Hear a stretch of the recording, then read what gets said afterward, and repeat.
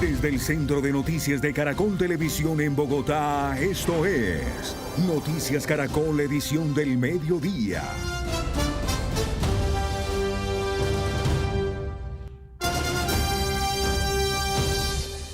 Buenas tardes y bienvenidos a nuestra emisión de Noticias del Mediodía. Con el paso de las horas son más evidentes los estragos del ataque de las disidencias contra Buenos Aires en el Cauca. La acción terrorista de esa guerrilla dejó 8 policías heridos. Ana Milena, el alcalde de esa población, Pablo César Peña, no solo rechazó el ataque de los guerrilleros contra la comunidad, sino que pidió respuestas sobre por qué hubo una demora en la reacción del ejército y la policía para repeler esta toma y apoyar a los uniformados que defendían la estación.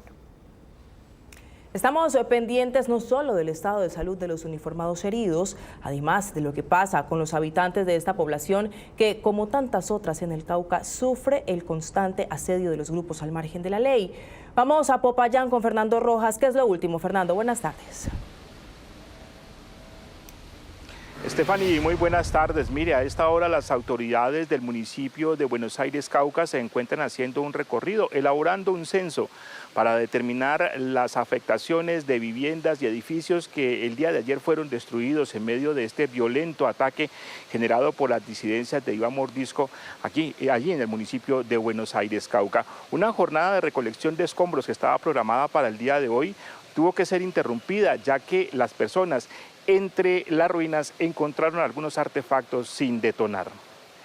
¿Cómo está hoy el municipio de Buenos Aires, Cauca? Se lo contamos en el siguiente informe.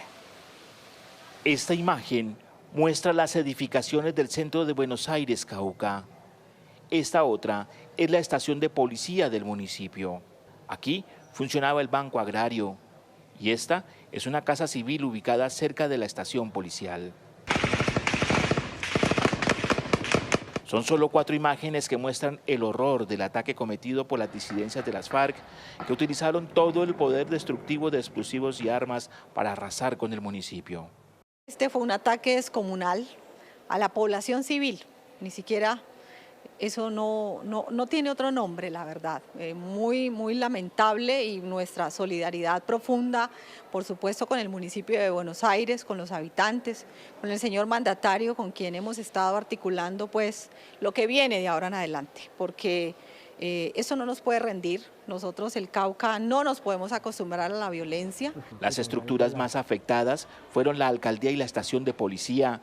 Según el alcalde, estas edificaciones, debido a los graves daños que sufrieron, serán demolidas. La Casa de Justicia también enfrenta la posibilidad de demolición. La onda expansiva de los explosivos utilizados por la estructura Jaime Martínez arrasó con techos, ventanas y muros, lo cual evidencia cómo fue uno de los ataques a municipios más violentos de los últimos años en Cauca. Se evalúan todos los daños, todas las afectaciones, y en el marco de ello se empiezan a determinar los censos correspondientes para mirar quiénes son los damnificados, cuál fue la destrucción que tuvieron de sus viviendas y también de otros temas, ¿no? Los temas psicológicos, sobre todo, que nosotros también en el marco de la ESE, que se trabaja sobre la zona, pues empiezan también a ejercer desde muy temprano. Hoy los bonaerenses amanecieron con la crudeza de su realidad, pero entre ruinas intentan levantarse. Es por eso que desde tempranas horas pensaron en realizar una jornada de recolección de escombros, pero esta no fue posible debido a la presencia de artefactos sin explotar entre los escombros. Mire, hace unos instantes la secretaria de Gobierno del Departamento del Cauca, Maribel Perafán, confirmó la presencia mañana del señor ministro de la Defensa, Pedro Sánchez, quien junto a la cúpula militar y de policía realizarán un consejo extraordinario de seguridad aquí en la capital del Departamento del Cauca para tratar los temas del norte, pero en especial del tema de Buenos Aires, Cauca. Que sufrió un ataque devastador. Fernando, gracias. A la clínica Valle del Lili en Cali fueron trasladados los 8 policías que resultaron heridos en el ataque de las disidencias en Buenos Aires, Cauca. Valentina Gallego, ¿cuál es el estado de salud de los uniformados? Buenas tardes. Stephanie, televidentes, buenas tardes. Los 8 uniformados permanecen bajo pronóstico reservado. Conocimos que fueron helicoportados a la clínica Valle de Lilia aquí en la ciudad de Cali, donde en este momento siguen recibiendo atención interdisciplinaria, pues según autoridades del departamento del Cauca, los uniformados tendrían heridas de gravedad después de sostener este combate por más de 10 horas con este grupo armado. También conocimos que mientras los uniformados siguen con la atención médica de alta complejidad, los familiares que alcancen a llegar a la clínica Valle del Lili también van a recibir un acompañamiento psicosocial. Seguiremos muy atentos a la evolución de los uniformados. Valentina, gracias. Y un desgarrador testimonio entregó en Noticias Caracol en Vivo una patrullera de la policía que junto con sus 16 compañeros se enfrentó al ataque terrorista de casi 10 horas de al menos 300 disidentes de las FARC en Buenos Aires, Cauca. Eso empezó como a las 6:40, 6:50, estábamos durmiendo a esa hora cuando pues sentimos el primero, ya nos desverdamos todos, o sea, sabía que teníamos que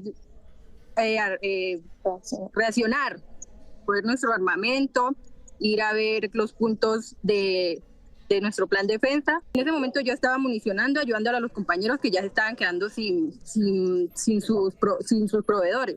Yo los estaba municionando. Cuando de repente sentimos es que se viene todo encima, eso fue algo muy feo, se quedó todo oscuro. No veíamos nada, solo escuchábamos a un compañero como que gritaba y pues el susto, todos, ¿qué pasó? ¿Cómo están ustedes? ¿Cómo están? Pero pues el susto fue muy grande, la verdad, fue algo terrible. ¿Con qué los impactaron? Pues eso fue un cilindro o un tatucaz, como le dicen acá, esos artefactos explosivos improvisados. Todo eso fue uno tras otro, entonces la estación era algo muy seguro porque era fortificada. ¿Cuántos compañeros estaban con usted en ese momento defendiéndose? 8 quedamos allá y no sabíamos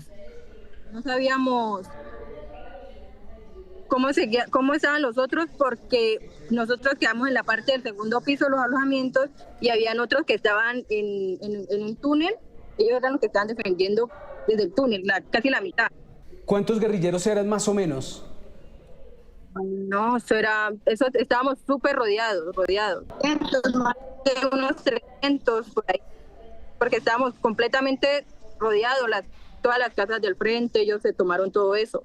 Nos atacaban por todos los lados. ¿En ese momento ya no tenían munición? Sí teníamos, pero pues en el boom de todo, o sea, en el complot, en todo eso, pues el armamento salió volando, pues nosotros salimos como a correr, a resguardarnos. Entonces sí, todavía...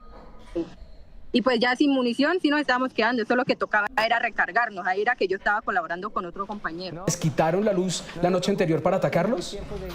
Siempre pasa así, nos quitan la energía, las comunicaciones. Cuando les quitan la luz, cuando les quitan la señal, ¿ustedes, Karen, ya sospechaban que eso en cualquier momento se venía lo que se venía?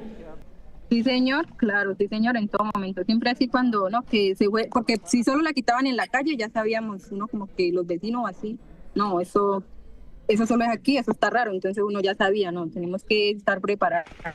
¿Ustedes habían escuchado la sospecha de ese plan que iba a suceder? En todo momento tenemos alertas de que posibles afectaciones contra la instalación, contra el personal, entonces nosotros siempre manteníamos a la vanguardia, a la defensiva, preparados para todo esto, porque para eso es lo que nos preparan. ¿Ustedes escucharon el mensaje que enviaron los guerrilleros a través de los megáfonos de la iglesia? Sí, señor, se escuchaba claramente. Al padre lo amenazaron para que él también hablara, porque a ellos también nos gritaban. Hubo un momento en que escuchamos que nos dijeron, le damos 20 minutos. Si ustedes no solucionan, a todos los acabamos. Y ya el padre también lo escuchamos que decía que nos rindiéramos, que ellos nos iban como que a perdonar la vida, pero pues obviamente eso nunca iba a ser real. Nosotros la verdad nunca nos rendimos. ¿Qué pensaban y qué decían ustedes, entre ustedes, frente a esos mensajes que estaban llegando desde la iglesia? Pues nosotros, primero que todo, nos pusimos en manos de Dios y dijimos, no le vamos a hacer caso. Dios es primero y Él nos va a sacar de esta situación. ¿Habló ya con su familia?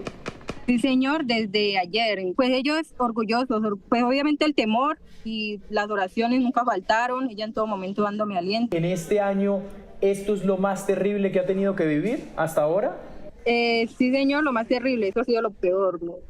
Karen, quisiera mandarle un saludo a esos muchachos de atrás, a la tripulación, porque yo sé que ustedes los consideran como también nosotros unos héroes, porque sin ellos, de verdad, este país hubiera ocurrido otra cosa. No sé si alcanza a llegar a ellos para darles un saludo.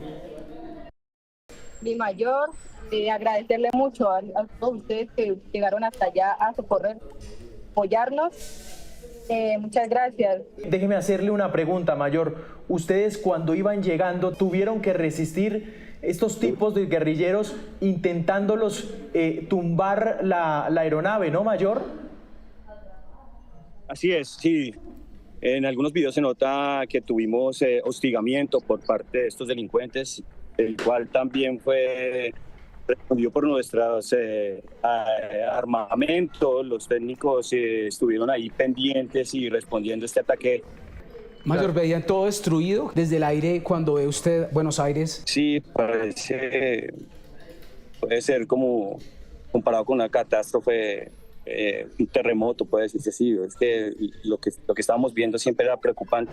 Bueno, pues solamente un área, ¿no? ¿Quién es el perrito? ¿Por qué lo presentas? La perrita es niña, se llama Polita y era la perrita de la acción. Entonces ella pues sobrevivió y estuvo con nosotros en todo momento y no la íbamos a abandonar. Cuando nos cayó como un cilindro, un tatuco que fue el que desbarató la parte del frente de la estación, en ese momento todos nos fuimos a socorrer, nos fuimos a esconder como en la parte de atrás de los alojamientos. Y ya en un rato que salimos a socorrer a un compañero, la escuchamos también llorando y ella estaba debajo de unos escombros, entonces un compañero la sacó y ya la llevamos con nosotros. Un reconocimiento a la valentía. Entre tanto, el alcalde de Buenos Aires pidió respuestas por la demora en la reacción de la policía y del ejército ante la gravedad del ataque. En las últimas horas viajó a Bogotá para reunirse con funcionarios del gobierno nacional. Pues no tenemos más camino que reponernos, sobreponernos y buscar la manera de avanzar. En esta brega no tenemos otro camino y aquí estamos llegando a buscar alternativas para ver cómo reconstruimos la alcaldía, porque hoy no hay forma de prestar ninguno de los servicios que tenemos a cargo, porque el edificio quedó completamente inservible, inutilizable en las condiciones en las que está. Lo propio ha pasado con la estación de policía y lo propio ha pasado con las viviendas de pobladores que nada tienen que ver con ese conflicto, que nos ven de sus viviendas destruidas por efecto de él.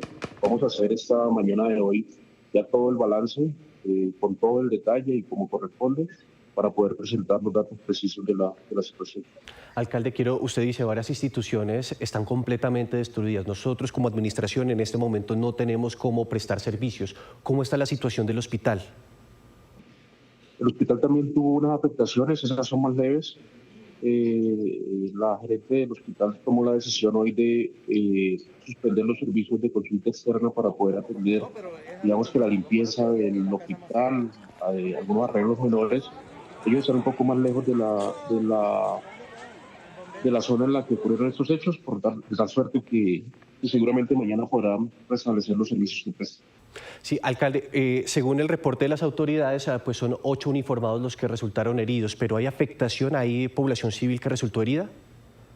No, no tenemos ninguna persona de población civil herida. Claro, son en efecto los 8 uniformados que usted describe. Claro, alcalde, y es que lo que llama poderosamente la atención en conversación hace unos minutos con la Defensora del Pueblo es que ya la Defensoría había emitido 3 alertas tempranas sobre riesgos que tenía el municipio de Buenos Aires en el Cauca. Adicionalmente, estos hostigamientos duraron cerca de 10 horas y lastimosamente pues el papel de la fuerza pública llegó, pero llegó tarde. Sobre eso nosotros queremos conocer las explicaciones. Se ha convocado un consejo de seguridad para mañana y yo soy el primero que quiere conocer la explicación de por qué se tardaron en un municipio que está a 1 hora y 30 minutos de Cali y a 5 minutos en cualquier tipo de aeronave, por qué se tardaron 5 horas y 45 minutos en llegar. Eso es el primero que quiero saber. a lo que vengo a Bogotá es a reunirme con personal del Ministerio del Interior para revisar las condiciones en las que debe y puede reconstruirse el edificio de la alcaldía municipal, bueno, la infraestructura afectada, y espero también poderlo hacer con las personas del Ministerio de Vivienda para el tema de restituir las viviendas a quienes resultaron afectados en esta situación tan absolutamente grave. Y pues justamente esas eran las reacciones más pedidas, las de la policía y el ejército, pues ya entregaron sus explicaciones sobre esa tardía reacción para enviar refuerzos al municipio de Buenos Aires, Cauca, en medio de ese crudo ataque contra la fuerza pública. Aseguran que los explosivos instalados y el mal clima dificultaron el acceso tanto por tierra como por aire. Así quedó la estación de policía de Buenos Aires. 17 uniformados se encontraban adentro resistiendo por más de 10 horas los cilindros bomba, al menos 20 explosivos lanzados desde drones, disparos de fusil y bombas molotov que criminales lanzaban desde las casas subidos en escaleras como esta. Una arremetida que arrancó sobre las 5:50 de la mañana. 5 horas después, los uniformados seguían solos enfrentando a la guerrilla. El comandante de policía del departamento reconoció la respuesta tardía que tuvieron. Los motivos, amenazas de bomba y mal clima.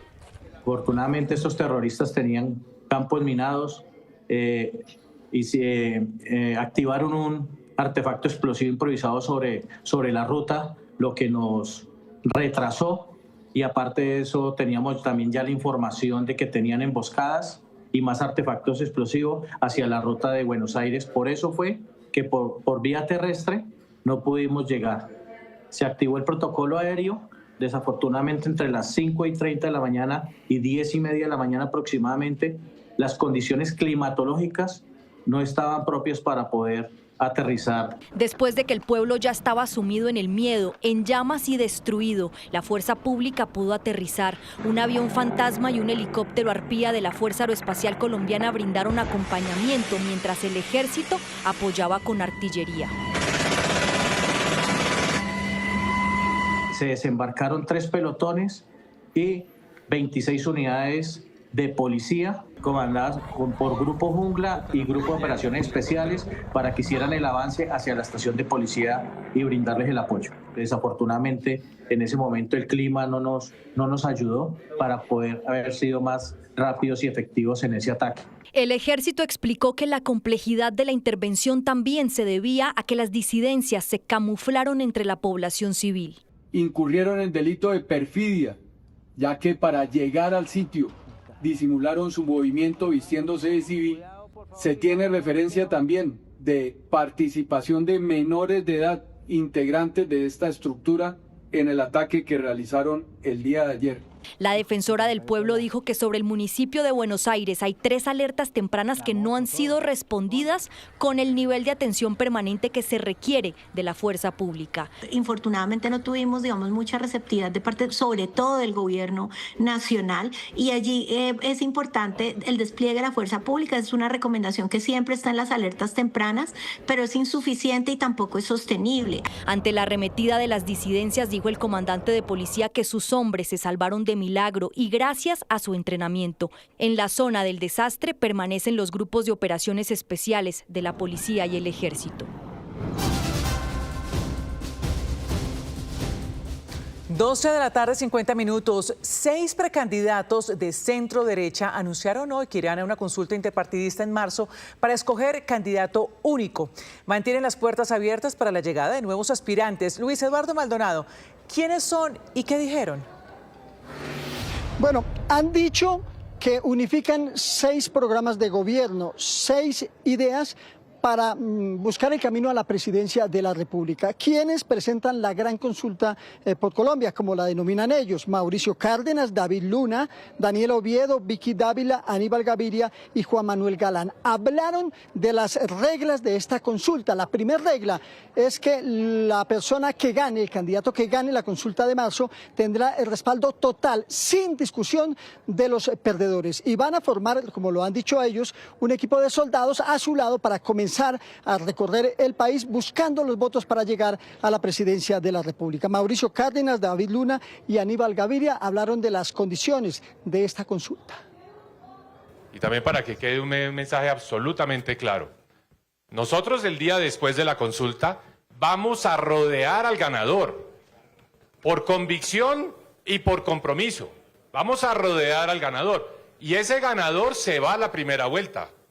O sea, los que no entran a la consulta se quedaron por fuera de eso. Ese es el gran error de quienes hablan de encuestas. Y yo sí siento que hoy estamos claramente lanzando un mensaje contundente de que es mucho mejor juntos, unidos, para lograr trabajar en mejorarle las condiciones a los colombianos. En segundo lugar, yo vengo acá a reivindicar la política. Yo sí creo que es posible hacer política de manera digna, de manera decente, de manera honesta, sin escándalos de corrupción. Los días, las noches, con el sol, con la lluvia, demostrando que servir es un arte.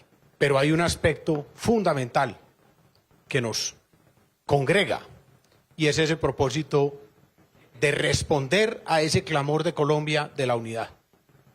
Entonces, nosotros hemos hablado, lo dijo Vicky, lo dijo Mauricio, lo dijimos en general todos, que las puertas están abiertas. Bueno, mire, son 6 candidatos los que inicialmente presentan la consulta por Colombia, pero la idea de ellos es llegar a 10 precandidatos. La invitación la hace Vicky Dávila, y Daniel Oviedo habla de las condiciones para que unos lleguen y otros puedan salir. Y por eso lo primero que quiero decir es que ojalá esta gran consulta por Colombia sea más grande. Ojalá venga una unión más grande, una unión más completa. Y desde aquí les digo, Paloma, Juan Carlos Pinzón, Daniel Palacios, a todos, a Enrique Peñalosa, no quiero dejar ningún nombre por fuera, a todos los que estamos de acuerdo con un país diferente y mejor, a todos los invitamos a que vengan a esta gran consulta por Colombia, que es lo que se merece el país. Si nos une es hablar con la verdad. Lo primero es que la regla más importante que hemos definido para este equipo alrededor del mecanismo democrático de esta gran consulta por Colombia es que los ingresos se deciden por consenso y las salidas por mayoría calificada. Es decir, aquí puede entrar gente, pero también puede salir, porque tenemos que cumplirle a Colombia.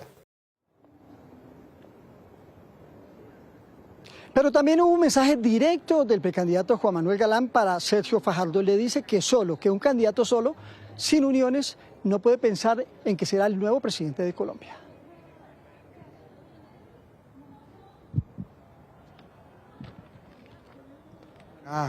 Íntegra, es una persona capaz, pero es una persona que tiene que aprender a hacer equipo, porque a Colombia no lo saca adelante una persona individualmente, lo saca adelante un equipo de gobierno que sea capaz de ejecutar, que sea capaz de materializar soluciones y resultados para lo que la gente hoy está esperando, empezando por la seguridad, por la tranquilidad.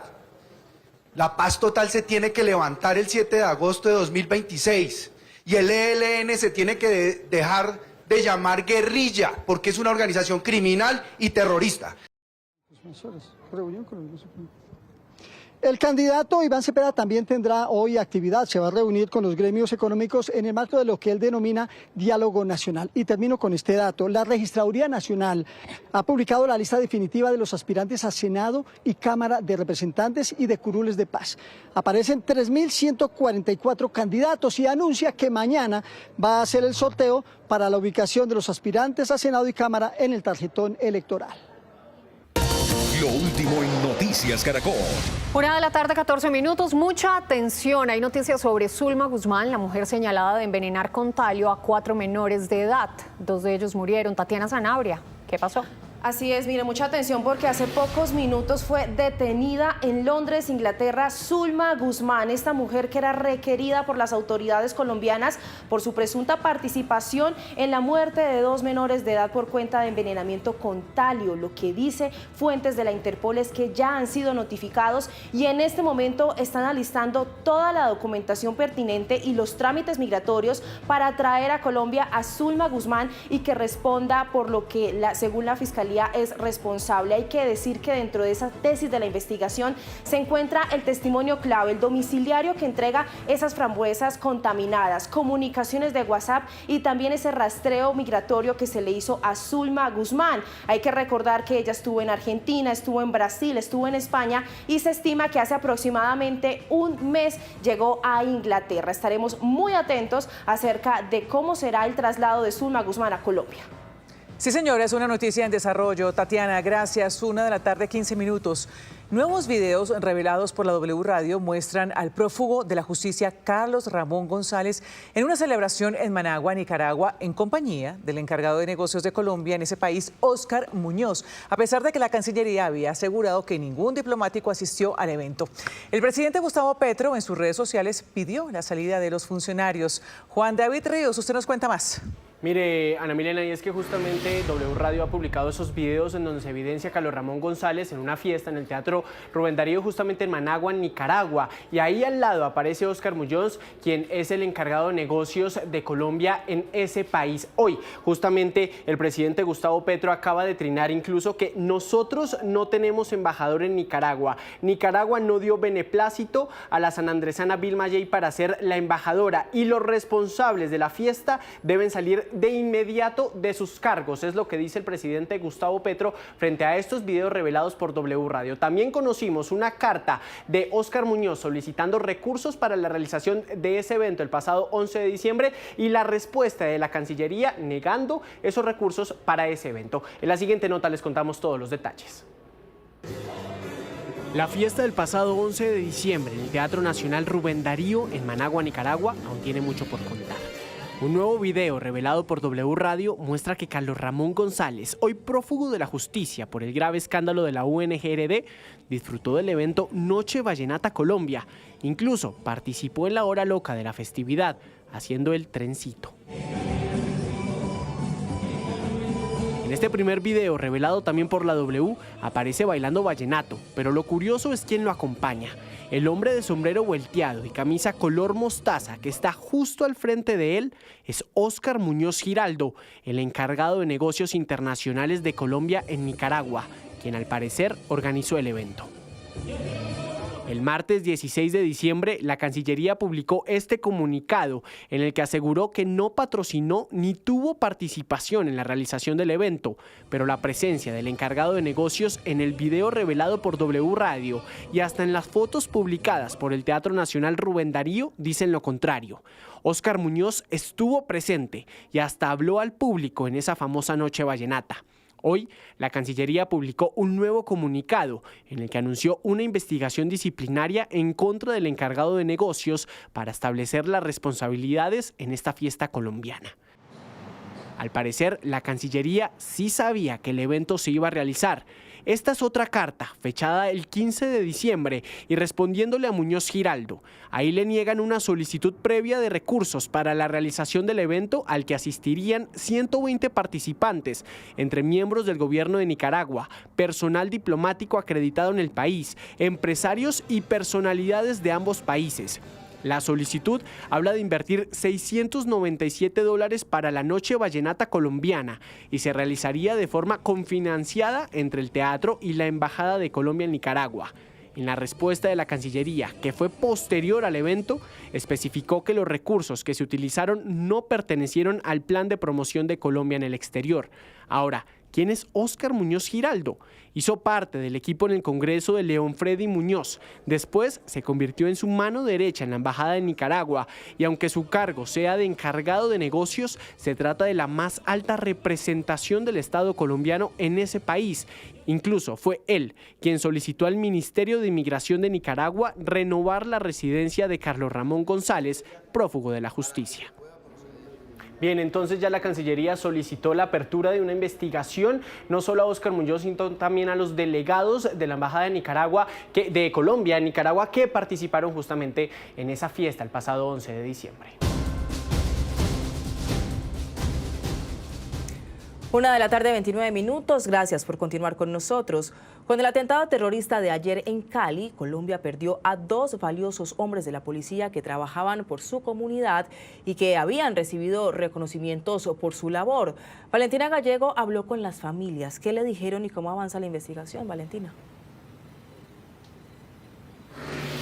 Stephanie, televidentes, buenas tardes. Los saludos de Medicina Legal de Cali y sin duda les aseguro que este es el momento más difícil, más triste de la guerra, ver cómo las familias despiden a sus seres queridos. Hablamos con el papá de uno de estos subintendentes, de uno de estos héroes y en medio de su tristeza recuerda su valentía, su trabajo por la comunidad y decía que su vida era la policía y su familia. Mientras tanto, las investigaciones avanzan y las autoridades han duplicado la recompensa y ofrecen hasta 400 millones de pesos por información que ayude a la captura de los responsables. Recordemos que las autoridades confirmaron que los responsables de este nuevo atentado terrorista en Cali sería la organización, el grupo armado del ELN.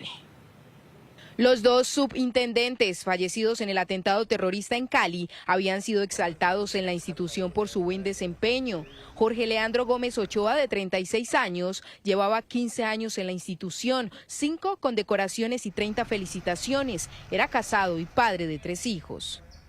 El otro subintendente que también perdió la vida, identificado como Robert Steven Melo Londoño, de 33 años, llevaba 12 años en la policía, 3 condecoraciones y 18 felicitaciones. Dice su papá que era un hombre invaluable. Mejor dicho, sin palabras, era la mejor persona que teníamos. Un muchacho sencillo, responsable, mejor dicho. Tengo 2 hijos y ya... mejor dicho. El subintendente Melo era soltero y el poco tiempo que tenía libre en sus días de descanso lo aprovechaba para estar con su familia. Vivía en Cali, se pagaba un apartamento y los días así de descanso, por ejemplo el día de ayer, que salía de trasnocho y recibía turno, por ejemplo el día de hoy a mediodía, él se iba para la casa. Todos los turnos él se arrancaba para la casa. Mejor dicho, nosotros éramos...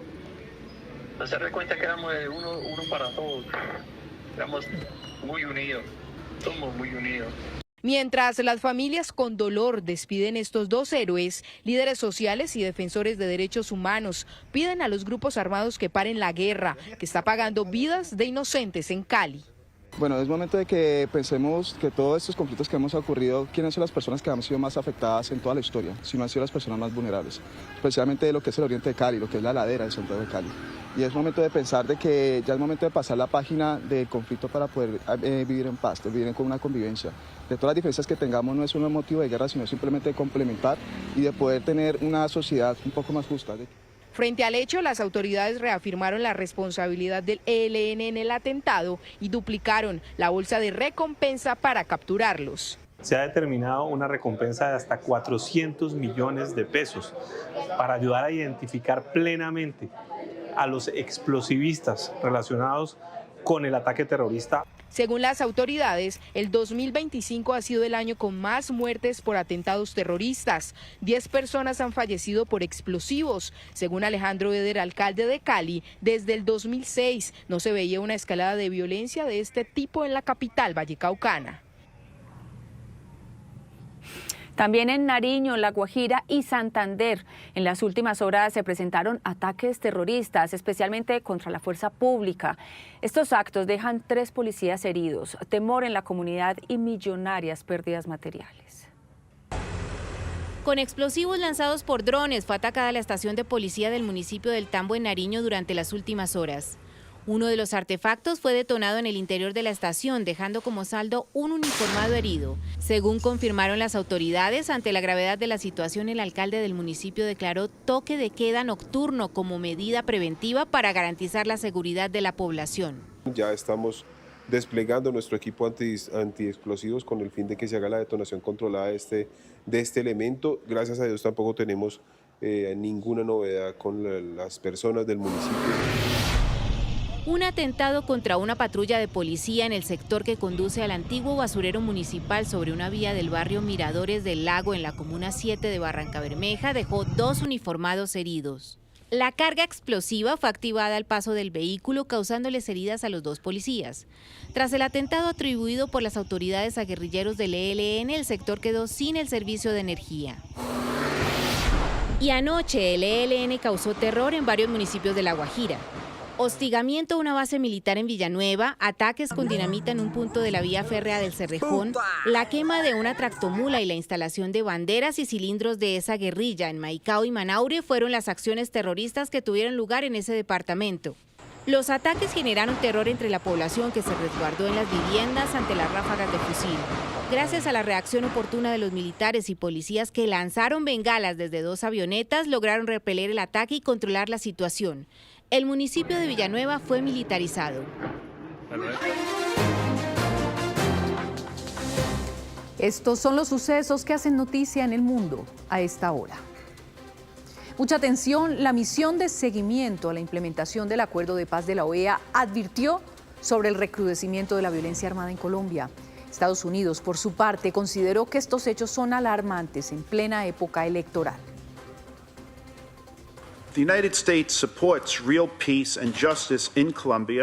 Estados Unidos apoya la paz y la justicia genuinas en Colombia, y nuestra relación con el pueblo y las instituciones colombianas es sólida y duradera. Debemos ser francos, las políticas de seguridad y lucha contra el narcotráfico del presidente Petro necesitan reforzarse para producir resultados significativos. El enfoque de paz total del gobierno colombiano debe generar resultados tangibles en materia de seguridad. Subrayamos además que la escalada de violencia es particularmente alarmante a medida que Colombia se acerca al ciclo electoral de 2026 y la violencia política no tiene cabida en una sociedad democrática. El atroz asesinato del candidato presidencial colombiano Miguel Uribe no puede quedar impune. El representante de Estados Unidos también dijo que la respuesta del Estado ha sido limitada por falta de coordinación e hizo un llamado a que se garantice un ambiente de respeto y de elecciones libres. Por su parte, el jefe de la misión de acompañamiento de la implementación de los acuerdos también se pronunció.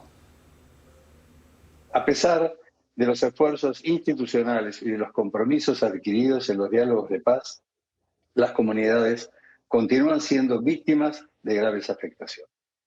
La población civil sigue siendo la principal afectada por el conflicto armado, evidenciándose patrones persistentes de desplazamiento forzado, confinamiento, violencia sexual, reclutamiento forzado de menores de 18 años y amenazas a liderazgos sociales. Niñas, niños, adolescentes, mujeres, pueblos étnicos y comunidades rurales enfrentan riesgos y vulnerabilidades particularmente elevadas. En estos 6 meses, la misión observó también un recrudecimiento de la violencia armada en distintas regiones del país, particularmente en la Amazonía, el Bajo Cauca. Y el presidente de Estados Unidos, Donald Trump, ordenó un bloqueo total a los buques petroleros sancionados por Estados Unidos y asegura que tiene a Venezuela completamente rodeada. Pero, ¿cuál es el objetivo de esta nueva medida? Se lo preguntamos a Juan Camilo Merlano en Washington.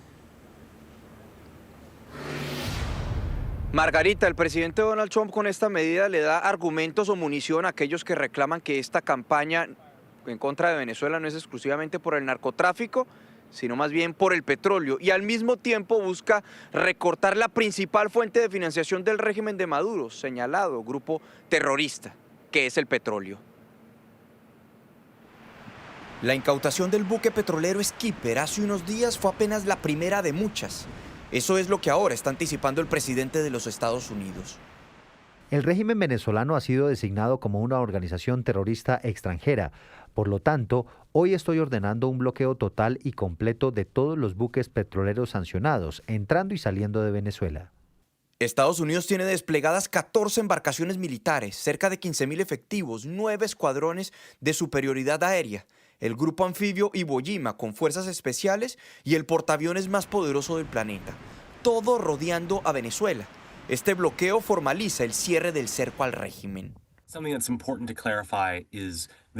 Algo importante para aclarar es que esto no es un bloqueo total de todos los barcos que entran a Venezuela, lo cual sería un acto de guerra. La administración Trump ha dicho que han bloqueado todos los buques petroleros sancionados que llegan a Venezuela, lo cual es una especie de esfuerzo de la administración para cortar los ingresos de Maduro, pero también para hacer algo con esta armada gigante. La incautación de más buques sancionados implicará una asfixia a la principal fuente de financiación del régimen, que el presidente Trump asegura es dinero destinado a actividades narcoterroristas, el petróleo. Esta medida no tiene precedentes en la historia de la campaña de presión estadounidense contra Venezuela. Realmente estamos ante un nivel de presión que nunca hemos visto antes. A mí no me queda muy claro que el gobierno venezolano va a poder resistir esta presión. En el Congreso, demócratas declaran el bloqueo como un acto de guerra, mientras que republicanos dicen que se llegó al final del juego y que Maduro tiene que ser derrocado. No se puede permitir que este hombre siga en pie después de esta demostración de fuerza. Hoy en la noche el presidente Trump dará un discurso a la nación en el que podría referirse a Venezuela. En anteriores ocasiones ha dicho que Maduro tiene los días contados. Naturalmente, uno de los objetivos de la administración Trump es que en efecto Maduro dé un paso al costado en Venezuela. Otro dato tiene que ver con que el Congreso de los Estados Unidos acaba de aprobar el proyecto de apropiaciones o de recursos destinados para el Departamento de Defensa o Departamento de Guerra por unos 900.000 millones de dólares, pero colocaron una condición: 25% del desembolso de esos recursos está condicionado a que el Departamento de Guerra y Pete Hegseth publiquen más detalles y les compartan información sobre las justificaciones legales de los ataques, así como también más videos de los bombardeos que han venido adelantando en el Mar Caribe y en el Pacífico. Margarita. Juan Camilo, y pese al anuncio del presidente Donald Trump de bloqueo a todos los buques petroleros sancionados, Venezuela asegura que sus exportaciones de crudo se mantienen con normalidad. La Asamblea Nacional aprobó un acuerdo en rechazo a esta medida y a las amenazas de Estados Unidos, y el ministro de Defensa, Vladimir Padrino, añadió que dichas amenazas no los intimidan. Hoy el ministro de la Defensa de Venezuela, Vladimir Padrino, rechazó la orden del presidente Donald Trump de bloquear los buques petroleros sancionados que entren o salgan de Venezuela. La calificó de desquiciada. No es por otra cosa, sino por nuestros recursos naturales, y no lo quieren sino robado, porque ni siquiera lo quieren a través de la legalidad, no lo quieren a través del comercio lícito, se lo quieren robar literalmente. Y nosotros no lo vamos a permitir, sencillamente.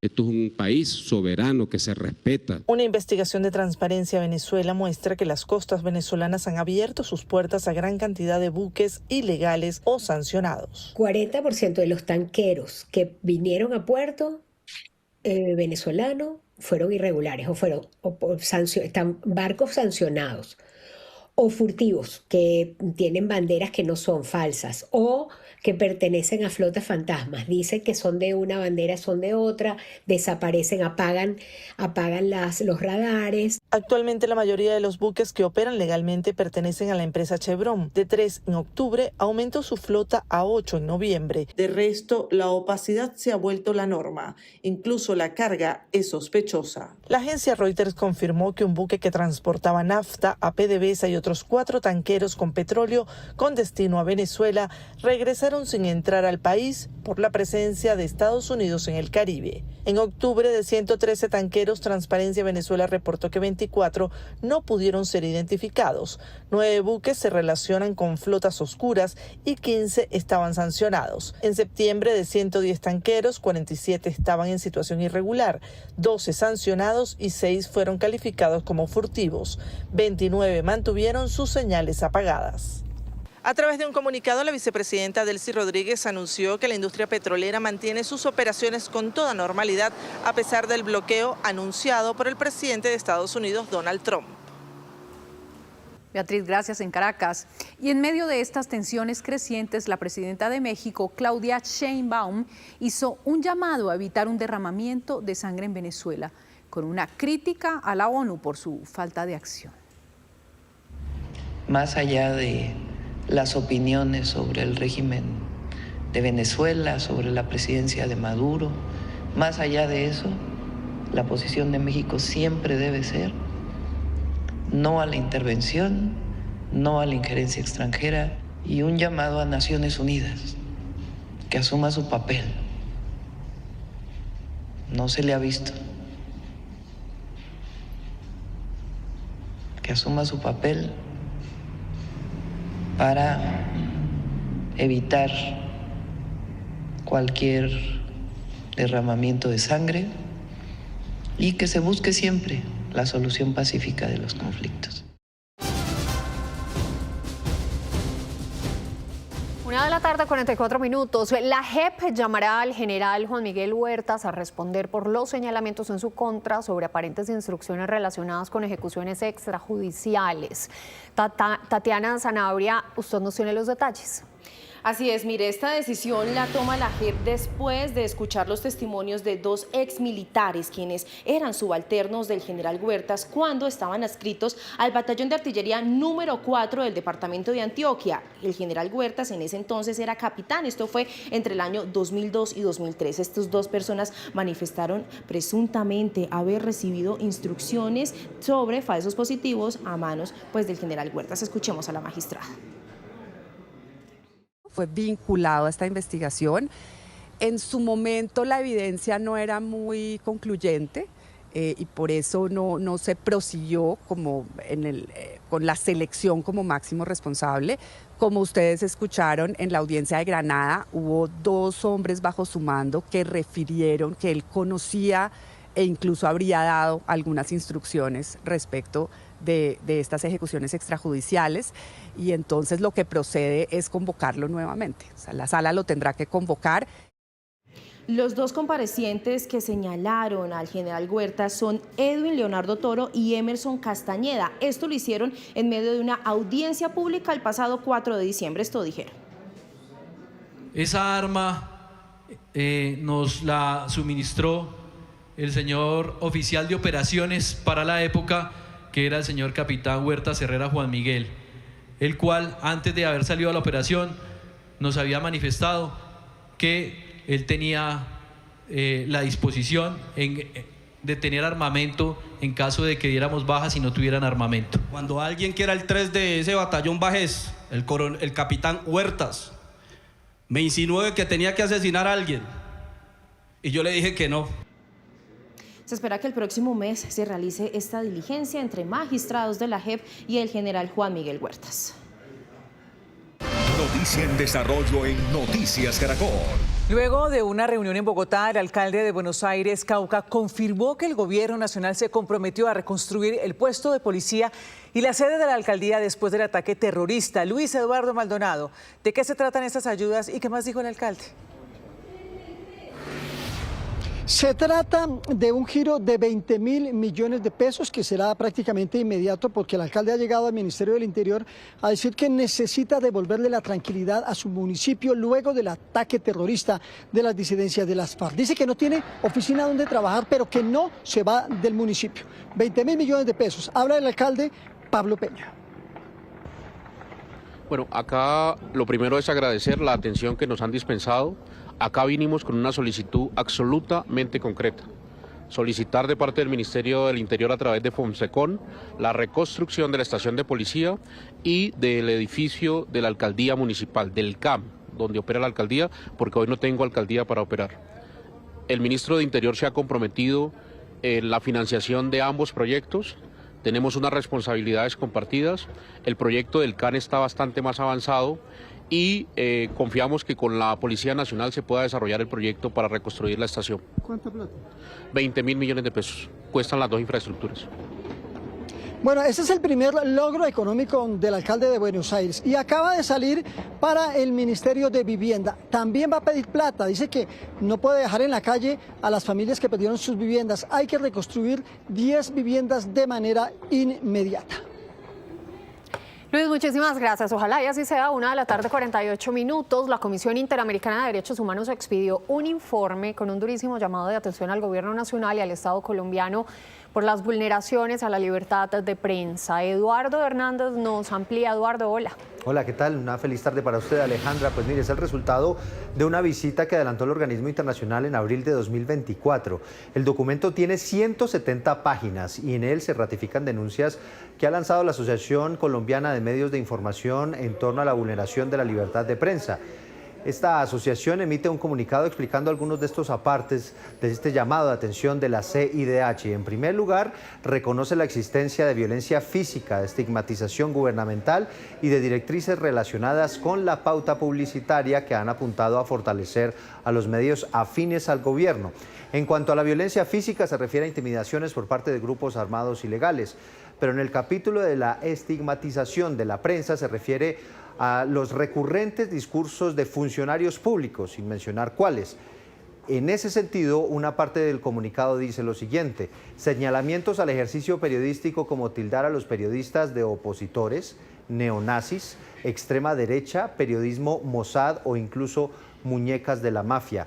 Generan entornos permisivos de actos de violencia contra quienes ejercen el oficio. Esta situación se agrava en el caso de mujeres periodistas, quienes además son blanco de mensajes misóginos y de contenido sexualizado. En cuanto a la pauta publicitaria, la CIDH critica que el gobierno esté favoreciendo más a medios que estén afines a sus acciones e ideales y particularmente el uso de medios de comunicación público, y por eso pide adoptar medidas para evitar que precisamente estos medios sean utilizados como herramienta de propaganda. Incluso en uno de esos apartes de este extenso informe de la Comisión Interamericana de Derechos Humanos, recoge denuncias que ha formulado la FLIP aquí en Colombia en torno a inspecciones y requerimientos por parte de organismos de investigación penal para acceder a información confidencial de los comunicadores, apertura de investigaciones judiciales e incluso prácticas de perfilamiento y vigilancia y espionaje atribuidos al ejército. Aquí estoy leyendo textuales de ese informe. Por todo esto, el organismo pues está planteando la urgente necesidad de adoptar medidas estructurales y permanentes para proteger el ejercicio libre y seguro de la prensa. Gracias, Eduardo. 1:51 p.m. En Noticias de la Salud. ¿Cómo va usted con la dieta navideña? Ese es un recorderis de los expertos para que no descuidemos los hábitos sanos. ¿Usted cómo va? ¿Regular? Rajada, van 17 días, faltan 30 más. Sí, señora. Con cariñito, por favor. Buenas tardes. Buenas tardes para todos. Y alguien tiene que hacer este papel y recordarles que de los excesos solo quedan lamentos y esa no es la idea. Se puede disfrutar de todas las preparaciones de fin de año, de los buñuelos, de la natilla, de la lechona, de tantas cosas ricas sin poner en riesgo la salud.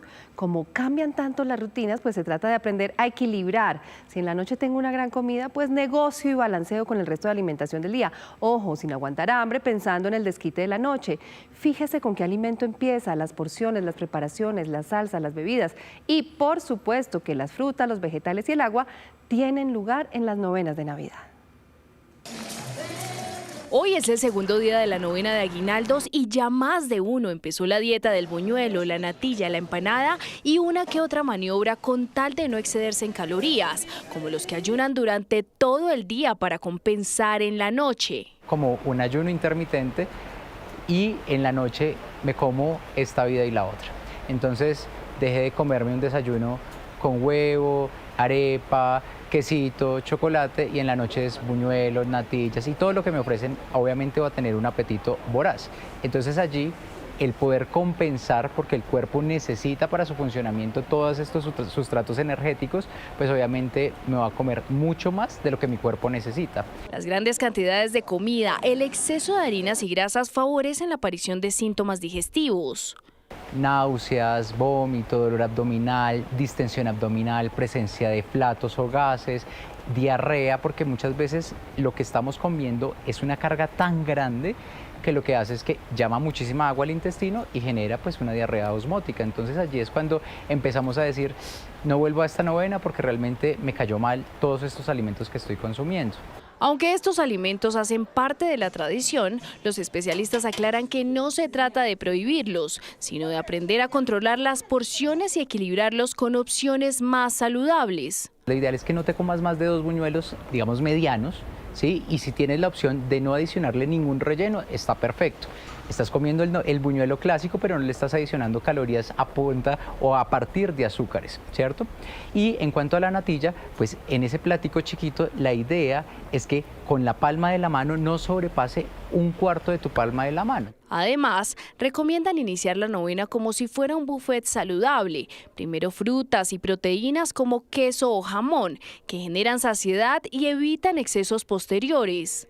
Entonces, cuando ya nosotros consumimos las frutas, las proteínas, pues la capacidad del estómago va a estar un poquito, digamos, a tope, y esto hace que realmente no vayamos a consumir más de 2 o 3 buñuelos, que no vayamos a consumir mayor porción de la natilla y que adicionalmente repitamos y le pongamos aderezo. Además de cuidar lo que se come, es clave mantener otros hábitos como no saltarse las comidas, seguir haciendo actividad física y moderar el consumo de bebidas azucaradas y alcohol.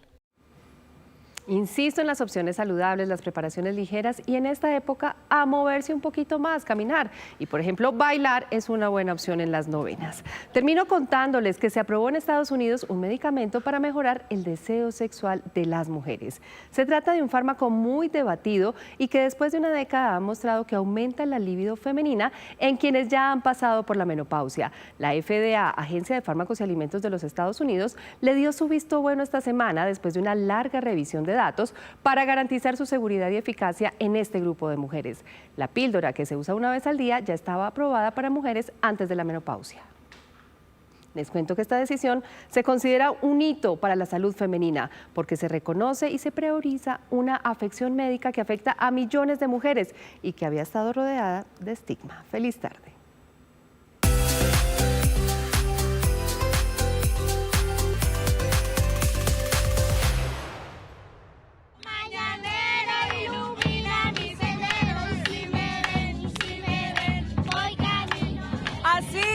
Con novenas, por supuesto, y con villancicos, Joner, iniciamos, y con los niños, este segundo encuentro navideño de Noticias Caracol y Pepe Ganga, que llega hasta Maicao, en el departamento de La Guajira, su departamento. Así es, y la recibimos acá a Caracol y a Pepe Ganga con la música tradicional, nuestra yonda, que por supuesto representa la cultura de nuestro departamento de La Guajira, la cultura guayú.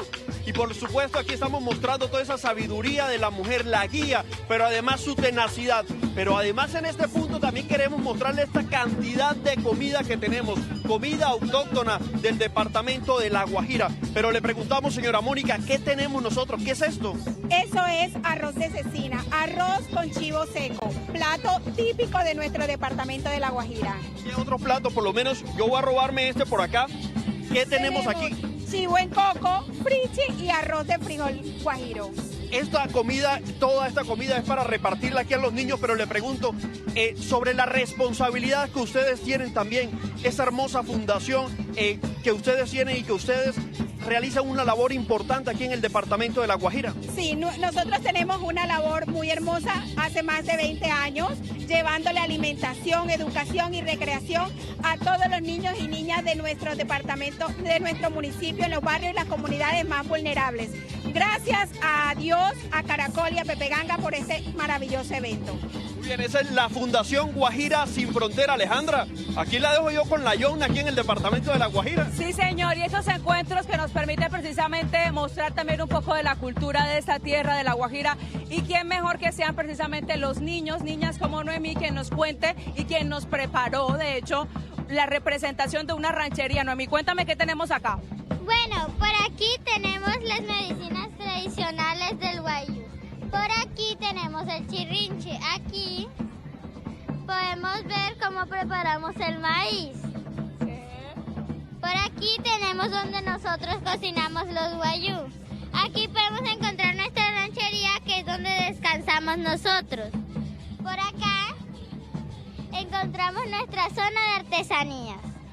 La zona de artesanía, Noemí, qué bella. Cuéntame, porque tú me decías que además tenías un mensaje muy especial para los colombianos. ¿Cuál es? Primero que todo, quiero desearles a todos los colombianos una feliz Navidad. Y quiero decirle las gracias a Caracol y Pepe Ganga por hacernos estos regalitos con todo su amor. Sí, señor, y hablando de regalos, Joner, yo creo, Noemí, si me acompañas por acá, que es momento de abrir los regalos, ¿no? Es momento de abrir los regalos, pero antes le tengo aquí la visita de una de esas niñas del municipio de Maicao que también quiere entregarle un mensaje a los colombianos y también a todos los niños en el departamento de La Guajira.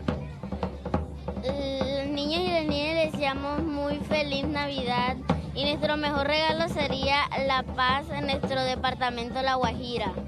La paz, ese llamado también que hacen los niños, que hace Mauren aquí en ese encuentro navideño que es muy a contexto a propósito de lo que está pasando en materia de orden público. Pero bueno, cambiamos de ambiente, por Vamos supuesto, a entregar nos regalos. concentramos a lo que Así vinimos es. a entregar regalos. ¿A quienes tenemos por acá? Si nos acompañan, a ver, ¿tú quieres abrir tu regalo? A ver, ¿qué tenemos por acá? Abramos ese regalo. ¡Wow! ¿Qué es? Es unos carros. A ver, muéstraselo a la cámara. Y quiero decir algo. Sí, dígale. Gracias Caracol y gracias Pepe Ganga por todo lo que nos ha dado en esta Navidad. ¿Estás feliz? Sí, mucho. Eso, con todo gusto. Ve, aquí tenemos una niña que también nos está hablando. Ya ella abrió, se nos adelantó y abrió el regalo. ¿Pero qué te entregaron acá? Me entregaron un kit para peinar.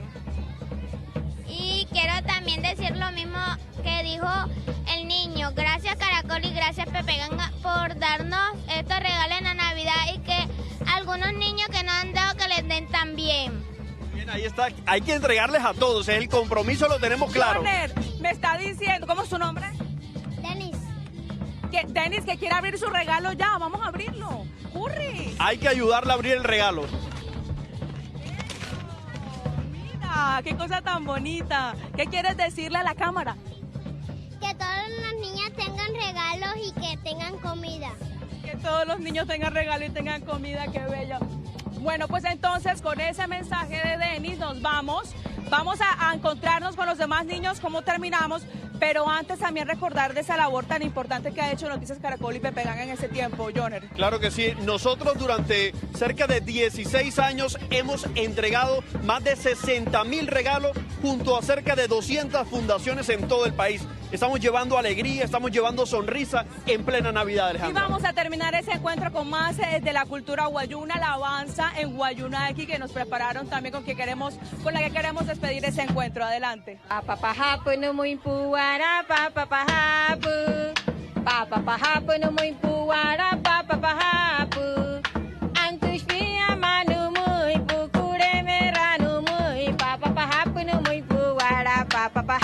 Y mientras escuchamos la alabanza, la seguimos escuchando, vamos a encontrarnos con los niños, como comenzamos este encuentro, como debe ser precisamente con la alegría de estos chiquitos, quienes también tienen un mensaje que compartir para todos los colombianos. ¿Cuál es el mensaje de los niños en La Guajira para los colombianos?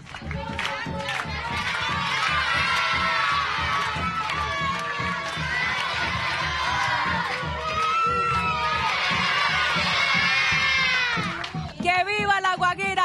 Esa es la alegría con la que nos despedimos de su departamento, Joner. Así es, los niños nos recibieron con total agrado y por supuesto con esta enorme sonrisa y nosotros entregándole esos regalos que se merecen todos los niños, no solamente de La Guajira, sino de todo el país. La magia de la Navidad que llega de la mano de Noticias Caracol y Pepe Ganga. Buena tarde para todos.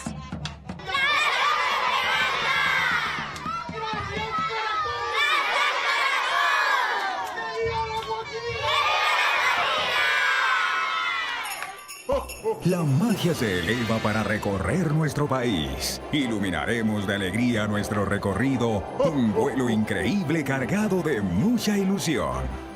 Trabajamos con amor en un lugar especial donde Noticias Caracol y Pepe Ganga juntaron sus corazones y convirtieron toneladas de sueños en realidad. Porque la magia se empaca con amor. Encenderemos el espíritu navideño de los niños de Barranquilla. No hay camino imposible cuando se trata de llegar a donde más nos necesita. Dejaremos felicidad para todos en el camino, porque lo más valioso que podemos entregar es una sonrisa cargada de amor. Encuentros navideños. Mañana en nuestras ediciones. Noticias Caracol.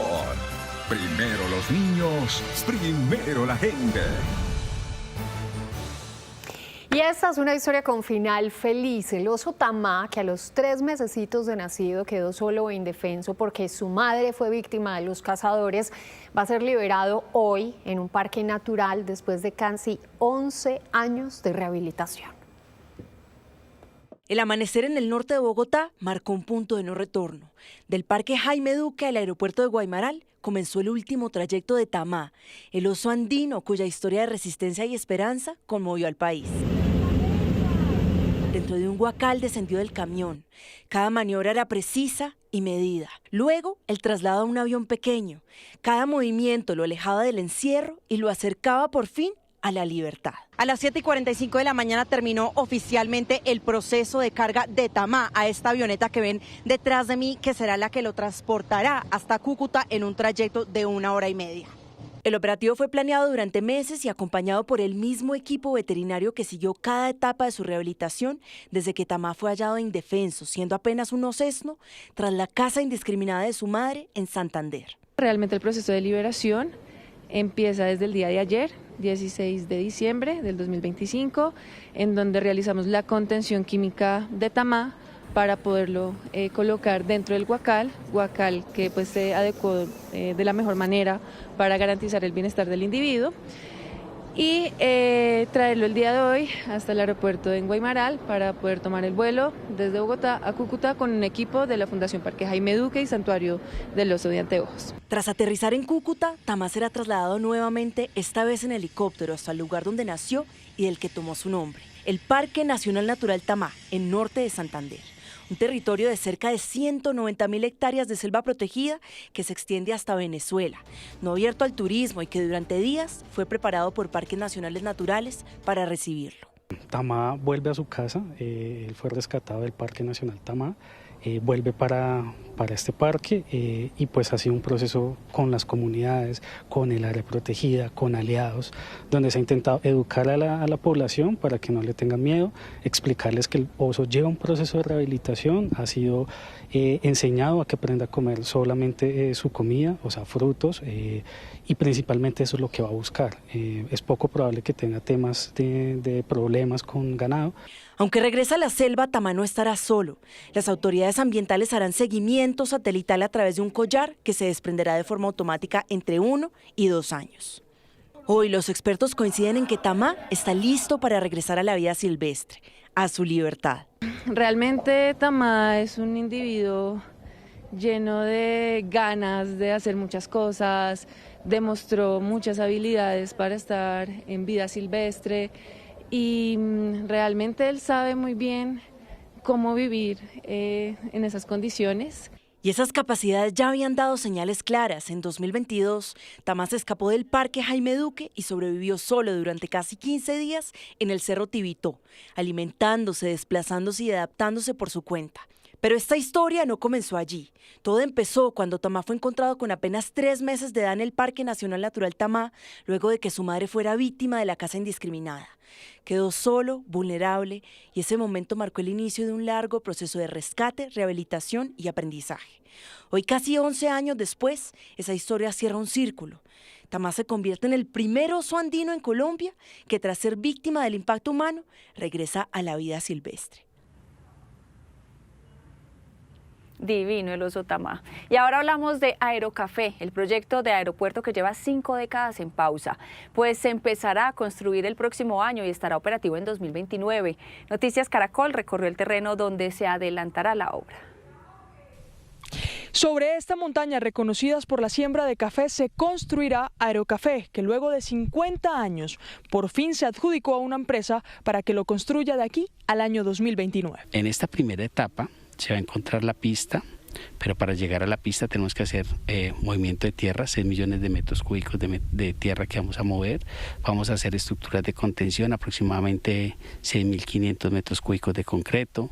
Vamos a hacer esos muros anclados con los anclajes activos autoperforantes, aproximadamente 166.000 metros lineales para garantizar la estabilidad de la pista. En 50 años han pasado varias cosas. Colombia tuvo 11 presidentes, clasificó 6 veces al Mundial, firmó el Tratado de Libre Comercio con Estados Unidos, incluso un acuerdo de paz. También atravesó una pandemia. Pero lo que no habían visto en ese mismo tiempo están más de 120 hectáreas de terreno con obras abandonadas y habitantes del eje cafetero era la firma de un contrato que garantizara la construcción de Aerocafé, que hace unas horas se volvió realidad con una inversión cercana al billón de pesos. Aquí vamos a tener un impacto en 86 municipios, 7 departamentos y la vida de más de 5 millones de colombianos. Vamos a estar moviendo cerca de 2 millones de pasajeros. Esto pues va a generar ingresos por tasas aeroportuarias, todas las empresas que van a instalarse por acá. La esperanza de los habitantes que están a escasos metros del proyecto se restauró. Pues sí, sería muy bueno. Sí, claro, no solo para nosotros, sino para toda la comunidad en general, para mucha gente. Pero ¿cómo garantizar que de verdad el aeropuerto se construya en 46 meses y los más de 600.000 millones ya comprometidos no se pierdan? Se le paga al contratista en la medida que va avanzando, es decir, un pago por hitos, son 21 hitos. El primero, por ejemplo, es la remoción de 460.000 metros cúbicos de tierra y vamos a bajar más o menos unos 60-80 centímetros para poder que la pista de aterrizaje de 1.460 metros pues quede, digamos, paralela a esta zona que es la zona de plataformas del futuro aeropuerto del Café. El patrimonio autónomo de Aerocafé contratará una auditoría para buscar y recuperar los más de 120.000 millones de pesos que se pagaron hace 4 años para obras de adecuación y que fueron abandonadas. El ministro Armando Benedetti reveló hoy que es posible que el incremento al salario mínimo quede por encima del 12%. En diálogo con la cadena Blue Radio, el ministro se refirió a la falta de acuerdo en la mesa de concertación laboral que tenía plazo hasta el pasado lunes para definir el reajuste. Allí, las centrales obreras insistieron en un aumento del 16%, pero los empresarios se mantuvieron en un 7,2%. Ante esto, el gobierno será quien decida el incremento, que según Benedetti podría darse a conocer en los próximos días. Ricardo dice, puede ser el 12%. Yo le digo, cuidado, te llevas una sorpresa que es puede ser un poquito más arriba. Sí, puede ser un poquito más. Lo que sí es claro, ministro, es que entre lunes y martes, es decir, antes de Navidad, ¿estaría el decreto? Sí, yo creo que para esa época ya debe estar fijado. Fitch rebaja la calificación crediticia de Colombia por preocupaciones sobre el déficit fiscal. Conozcamos las razones de por qué ocurrió esto y sobre todo los efectos para todos los colombianos sobre la decisión. Saludamos para eso a Laura Rojas, que nos comparte todos los detalles. Laura. ¿Qué tal? Muy buenas tardes. Efectivamente, le bajan la calificación a Colombia. ¿Quién lo hace? Fitch Ratings, que es una calificadora de riesgo y que emite conceptos sobre la confianza en cada país. También emite notas que son guía para los inversionistas. Para poner un ejemplo, es lo que hace básicamente Datacrédito con los hogares colombianos y emite esos conceptos de cómo los hogares colombianos pues están manejando sus deudas, cómo están manejando estos compromisos. Así las cosas, entonces, la calificación de Fitch Ratings, Colombia sigue en grado especulativo, bajó de BB+ con perspectiva negativa a BB con perspectiva estable. En marzo de este año estaba entonces esta calificación y ahí fue el primer campanazo de Fitch Ratings para decirle a Colombia que entonces no estaba manejando bien estas finanzas y ahora pues bajamos a esta calificación. Las razones de la rebaja de esta nota: descuadre las finanzas del gobierno, que en este caso, como lo vemos, son los gastos más altos que a sus ingresos, por lo que vemos a través de vía los impuestos, y la pérdida de credibilidad de las finanzas públicas. En conversación con nuestro programa digital Negocios Situ, hubo un experto que habló sobre estos temas.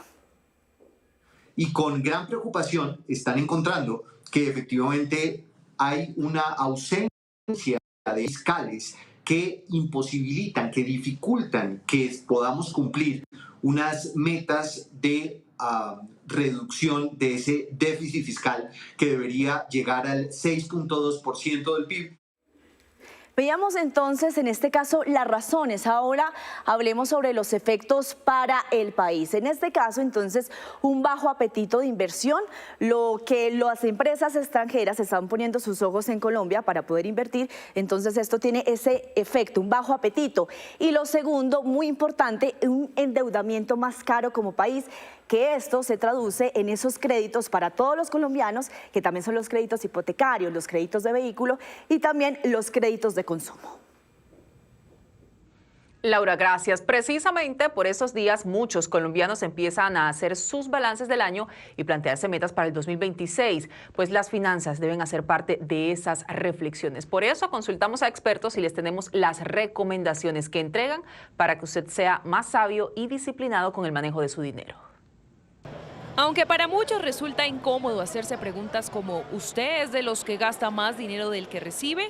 ¿Ahorró lo suficiente? ¿Se endeudó más que el año pasado? Preguntas como esas son necesarias porque lo ayudan a reflexionar sobre la disciplina financiera.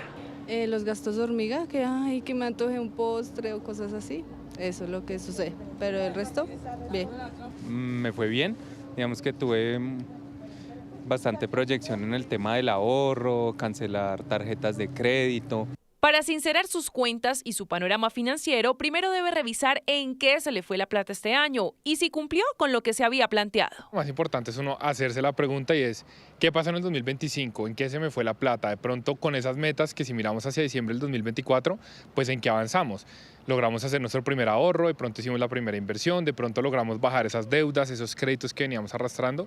Diciembre es el último mes del año y también trae grandes gastos, pero para que los gastos de Navidad no sean su dolor de cabeza en enero o febrero, lo mejor es ajustarse a su presupuesto máximo y evitar pagar con tarjeta de crédito a varias cuotas. Todos queremos darle regalo a nuestras familias y amigos, pero es importante que uno haga el ejercicio de también poner límites. Es decir, ¿me alcanza el dinero para comprar todos estos regalos? Porque, ojo, de pronto decir que no ahorita en diciembre puede decir darle un sí al 2026 más próspero. Y si recibe un ingreso extra como la prima, úsela principalmente para equilibrar sus finanzas.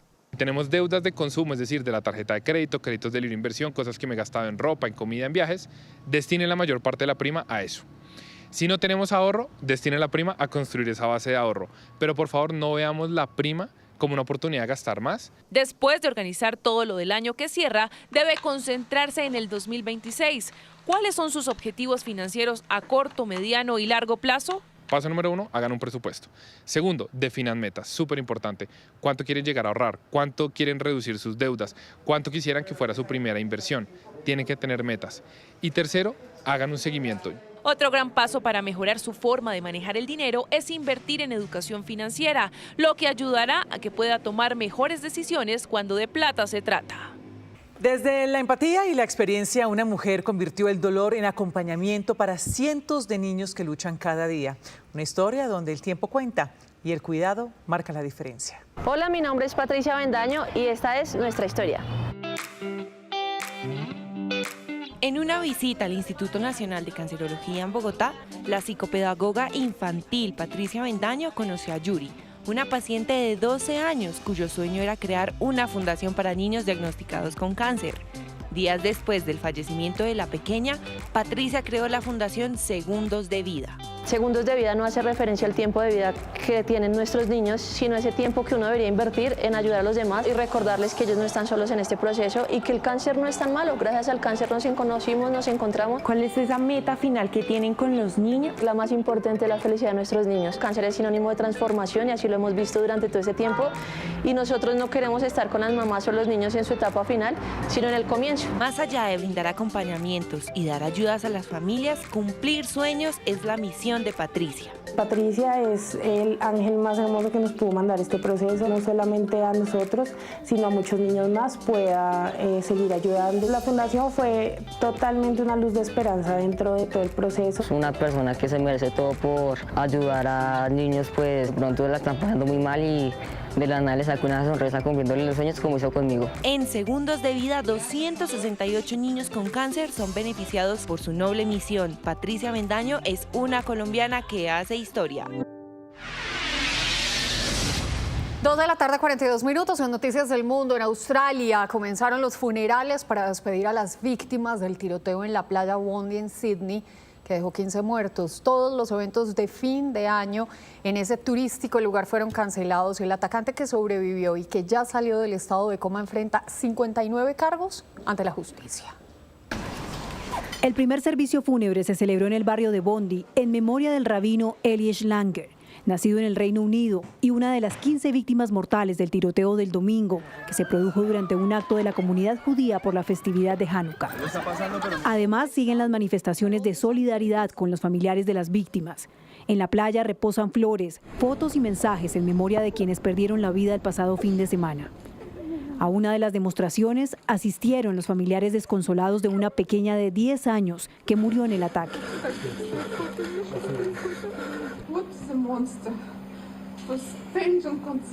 ¿Qué monstruo es ese que está parado en ese puente? Ve a una niña corriendo hacia su padre para esconderse de él y simplemente le disparó. No lo sé. Envolvió a Matilda con mi camisa y le hablaba porque estaba en shock. Me decía, me cuesta respirar. La sostenía en brazos y le decía, cálmate, por favor, por favor. Intentaba sacarla, pero los disparos no paraban. Mirábamos a nuestro alrededor. No había policías. En paralelo, 21 personas que resultaron heridas continúan hospitalizadas, 5 de ellas en estado crítico, pero estable. Entre tanto, la policía australiana presentó 59 cargos, 15 por asesinato y 1 por terrorismo contra uno de los sospechosos de 24 años. La masacre puso sobre la mesa el debate sobre armas en Australia. El líder del estado australiano de Nueva Gales del Sur anunció que convocará al Parlamento la próxima semana para aprobar reformas de amplio alcance en las leyes de armas. Y hoy se conoció la palabra del año, arancel. La Fundación del Español Urgente, promovida por la agencia EFE y la Real Academia Española, eligió la palabra arancel como la palabra del año. El término que se refiere a las tarifas impuestas a las importaciones ha estado en el centro del debate a lo largo del año, especialmente por las tasas comerciales impuestas a varios países por el presidente de Estados Unidos, Donald Trump. Y la medicina acaba de marcar un nuevo hito en España. Una bebé de tan solo 7 meses recibió un trasplante parcial de corazón, una técnica innovadora con tejido trasplantado que podrá crecer a la par con la niña. A sus 7 meses de vida, Mariami ya se ha convertido en el rostro de un hito médico que hoy devuelve la esperanza a miles de niños con enfermedades cardíacas y a sus familias. Es la primera bebé de menos de un año en recibir un trasplante parcial de corazón, un procedimiento que marca un antes y un después en la medicina pediátrica. La técnica utilizada permitirá que el tejido trasplantado, conocido como implante valvular, crezca al mismo tiempo que el resto de su cuerpo, algo que no ocurre con las válvulas sintéticas o biológicas tradicionales. Así, Mariami no tendrá que someterse a múltiples cirugías a lo largo de su infancia. Según los especialistas, este avance no solo salva vidas, también permite aprovechar mejor los órganos donados en cirugías cardíacas pediátricas. Se puede dar la circunstancia de que utilicemos un corazón para un trasplante convencional y ese corazón enfermo que extraemos en el niño trasplantado pueda ser a su vez donante de válvulas para otro niño que precise solamente un trasplante parcial de corazón. En el caso de Mariami hubo además una complejidad adicional. El grupo sanguíneo del donante no era compatible con el suyo. Por eso los especialistas tuvieron que combinar otras 2 técnicas también consideradas como pioneras en Europa. Después de permanecer solo 2 días en la unidad de cuidados intensivos del Hospital Gregorio Marañón de Madrid, así se recuperaba Mariami tras la cirugía. Impresionante. 2 de la tarde, 46 minutos. En nuestro recorrido por la Navidad del mundo los invitamos a pasear por los Campos Elíseos, a ver la Torre Eiffel, las vitrinas de las Galerías Lafayette y por el mercado de Navidad del Jardín de las Tullerías. Todo lleno de luces.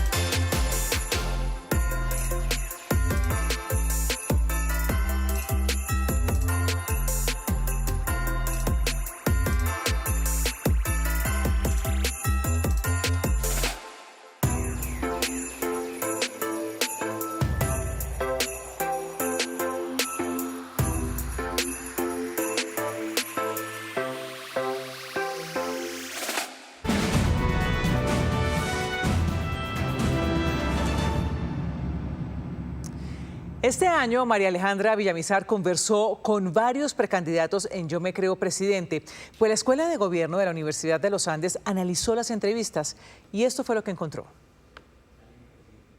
Durante el año 2025, este año preelectoral, hicimos un ejercicio aquí en Noticias Caracol en el que entrevistamos a más de 45 candidatos a la presidencia. Yo Me Creo Presidente fue como se llamó esta sección, y la Escuela de Gobierno de la Universidad de los Andes, en conjunto con Caracol, unieron, digamos, esfuerzos para revisar qué fue lo que pasó allí, qué es este fenómeno, por qué se dio y sobre todo qué le deja al país la exposición de todos estos candidatos en sus propuestas hacia la presidencia de la República. ¿Qué le supone a usted que haya existido toda esta gama de candidatos en este año preelectoral?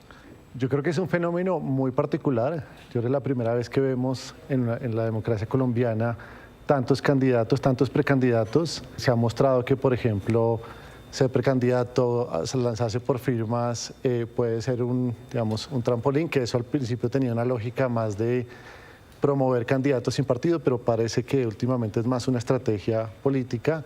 También creo que muestra una dispersión muy grande de posiciones y de candidatos, muestra de pronto que los partidos no están pudiendo agrupar suficientemente los intereses y las posiciones o recogiendo las posiciones de las personas.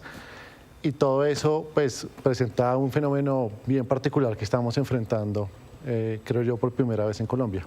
Tenemos el balance del 75% de los precandidatos son hombres. ¿Esto nos habla de la poca participación femenina todavía? Sí, yo creo que cuando se mira la demografía de los candidatos vemos que claramente la mayoría son hombres. Ya más adelante vamos a ver otras cifras, pero claramente muestra que todavía la política, por ejemplo, el liderazgo político colombiano está muy concentrado hacia los hombres. ¿Cómo están repartidos esos liderazgos? Yo creo que al mirar las 45 entrevistas a profundidad, pero sacando estos datos demográficos, vemos que sí, la mayoría son hombres y además la mayoría son personas entre 45 y 50 años. Hay un único candidato de menos de 30 años. Entonces sí empezamos a ver una concentración en hombres y con una característica de edad, pues muy de mediana edad, por decirlo de alguna manera. Camilo, a ver, ¿qué nos dice de los candidatos? ¿Sigue siendo el centro? Ahí encontramos dos cosas en particular. Una, en efecto, que la región andina, o sea, el centro del país sigue siendo donde se concentra la mayor cantidad de liderazgos políticos, mucho más que, por ejemplo, si lo comparamos con la región amazónica, pues hay 1 versus 24. La región Pacífica y Caribe con 7, esos 3 otros pues son candidatos que nacieron por fuera de Colombia, pero otra cosa interesante no solo es que están en la región andina, sino que la mayoría son de capitales, de ciudades capitales de departamento. Veamos el tema ideológico justamente de cuál es la calificación que los mismos candidatos se hacían en esas conversaciones de Yo Me Creo Presidente, sobre de qué sector, a qué sector pertenecen, digamos, a qué sector de espectro ideológico. ¿Cuáles son las cifras allí? Más de la mitad, digamos, o no se declararon de ningún partido, no lo mencionaron, o dijeron explícitamente yo no pertenezco a ninguna corriente política. Yo creo que eso representa la idea de que de pronto para las elecciones en el contexto actual presentarse como un candidato que no es afín a un partido político o a una corriente política específica puede ser interesante. Ya desde la perspectiva de los que sí se declararon de una manera clara o que pudimos identificar claramente como izquierda-derecha, 27.3 los clasificamos como derecha y 20.5 como de izquierda. ¿Cuáles fueron los temas principales, Camilo, que ustedes encontraron desde la Escuela de Gobierno de los Andes analizando y investigando un poco lo que se podía concluir de este ejercicio? Bueno, cuando codificamos todas las entrevistas encontramos 6 temas principales, 2 que claramente destacan, que son seguridad y continuidad o no con el gobierno actual. Pero también algunos hablaban de la seguridad urbana, en la seguridad ciudadana. Miremos lo que plantean en esos enfoques de seguridad. El 11% de los candidatos, 11.5, hablaban del enfoque de paz y de diálogo y de resocialización, y el 76.9 de fortalecimiento militar o el trato punitivo, digamos, a los criminales. Y en la mezcla, el 11.5. Ahí está el tema de la campaña, Camilo. Sí, yo creo que este fue un hallazgo bien interesante, claramente mayoritariamente, por lo menos en el discurso político, lo que está calando es el enfoque hacia la seguridad como fortalecimiento punitivo, digamos militar, como la idea de mano dura. el enfoque de paz y diálogo y reconciliación, que de pronto hace un par de campañas era predominante, pues claramente hoy, por lo menos en esta muestra de 45 candidatos, tiene un rol mucho más pequeño. Y veremos qué pasa en el año electoral. Ya nos veremos en enero de nuevo en un año electoral, en el año 2026, donde se elegirá no solamente el presidente de la República, sino un nuevo Congreso, y estaremos entonces ya con Colombia Decide y con todo el cubrimiento de Noticias Caracol de la campaña presidencial. 3 de la tarde, 18 minutos. En la Tebaida, en Quindío, la novena se reza con un pesebre vivo. Esta tradición comienza a esta hora y allí está Nelson Murillo. ¿Quiénes asisten a esta novena, querido Nelson? Alejandra, buenas tardes para usted y para todos los televidentes de Noticias Caracol en Colombia y el mundo. A esta hora en la parroquia Nuestra Señora del Carmen, con mucha fe y devoción, decenas de niños rezan la novena de Navidad, la cantan. Tienen estas capas rojas que representan precisamente la alegría de la Navidad. Están en compañía de integrantes de los grupos de la parroquia. Precisamente estamos con Gloria Tavares, una de las integrantes de los grupos. Gloria, ¿qué representa para ustedes vivir esta Navidad en vivo? Buenas tardes, Caracol. Es muy gratificante que desde que el padre Carlos Arturo llegó a Tebaida, siempre se ha hecho cada año en vivo. Él trae animales, palomitas, trae ovejitas, trae gallinitas, el pavo real. La gente vive muy contenta con todo el proceso que ha hecho el padre Carlos. Viene gente de otras partes a visitarnos. Están invitados a la novena a las 3 de la tarde con los niños y a las 6 de la tarde los adultos. Muchas gracias, Gloria. Así las cosas, como le mostramos, Alejandra, a usted y a los televidentes de Noticias Caracol, son al menos 80 animales, entre mamíferos y aves, los que adornan este pesebre en vivo que hay aquí en la parroquia Nuestra Señora del Carmen, en plena plaza principal de la Tebaida, Quindío, a donde decenas de feligreses se acercan para vivir precisamente con este amor esta celebración tradicional de la Navidad en el Quindío. Así que aquí los esperan, recuerden, va a estar el pesebre en vivo hasta la segunda semana de enero. Nelson, y desde hoy Tunja se llena de fiesta con el aguinaldo boyacense, una tradición que reúne a familias, visitantes y comerciantes y que le da un impulso a la economía de la ciudad.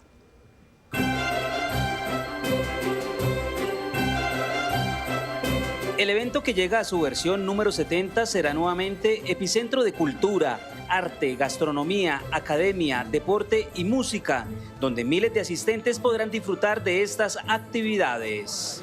Hoy inician las tradicionales verbenas en la Plaza de Bolívar con música de los 80. Hoy estará desde Estados Unidos, desde Suiza, Ace of Base, estará también Dr. Alban, Elefante desde México. En la tarima del evento se estarán presentando hasta el 22 de diciembre artistas para todos los gustos musicales, donde parte de las entradas son totalmente gratis. Vamos a tener también cantantes de música popular muy conocidos en Colombia como Luis Alfonso, Jason Jiménez, orquestas como los Tupamaros. Vamos a tener también Calibre 50, que es un grupo de música popular muy famoso mexicano, Nicky Jam, que viene desde Miami, Carlos Vives, Rafa Pérez. Entonces pues son bastantes. El aguinaldo impulsa la economía de la ciudad, que espera cautivar la atención de públicos de todas las edades y lugares del país, también con sus hermosas carrozas y comparsas. Para esta edición tenemos inscritas casi 28 comparsas, 16 carrozas, dentro del tema que tenemos de relación, que es Tunja, Ciudad del Frío, con todo lo que tiene que ver con la Navidad, con la nieve, con los países fríos, con el cambio climático. Las autoridades están por toda la ciudad para brindarles seguridad a los asistentes. Tenemos dispuesto todo para los conciertos de aquí al 22 de diciembre, donde alrededor de 400 uniformados garantizarán los eventos principales, pero adicional a eso tenemos el control sobre las rutas principales, las vías de acceso. Si usted está en busca de un plan familiar, no dude en venir al Aguinaldo Boyacense, que tiene actividades para todos los gustos. Y en Corferias, Expo Artesanías continúa mostrando la calidad y el talento reflejados en prendas, en bisutería y en una amplia variedad de elementos para el hogar. María Juliana Reyes está ahí. ¿Cómo le ha ido, María Juliana?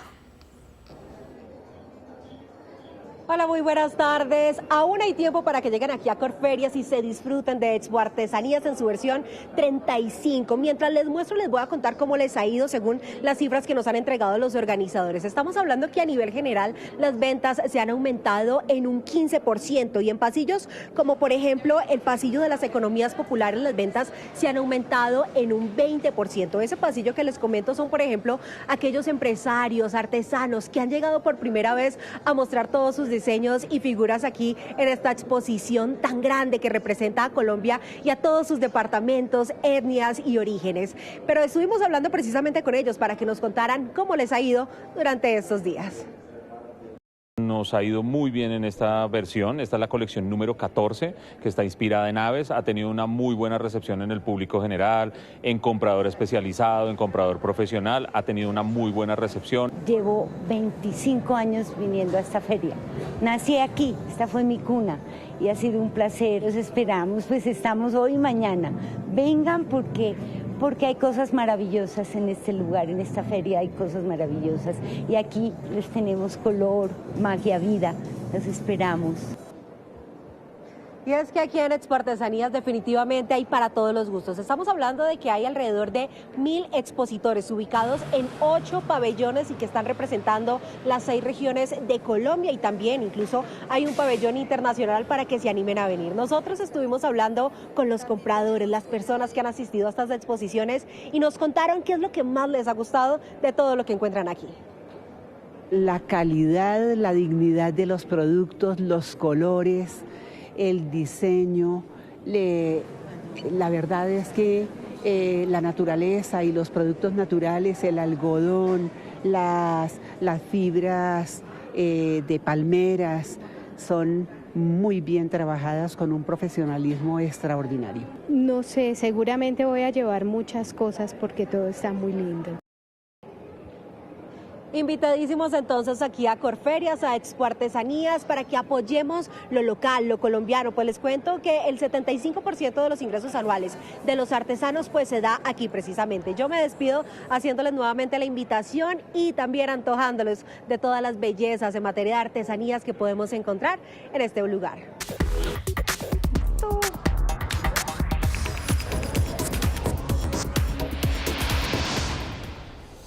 Muy buenas tardes, hoy comenzamos lo más trinado a doble altura para ser testigos de un encuentro político que se hizo viral este año y que tiene como protagonistas a 2 líderes mundiales. Los fotógrafos se vieron en aprietos durante la ceremonia. Las razones saltan a la vista y ya verán por qué. El mundo registró el encuentro hace 5 días, pero las redes sociales se encargaron de eternizarlo hace unas horas. A un lado el presidente de Mozambique, Daniel Chapo, que mide 2 metros y 3 centímetros. Al otro, la primera ministra italiana, Giorgia Meloni, cuya estatura es de 1 metro y 57 centímetros.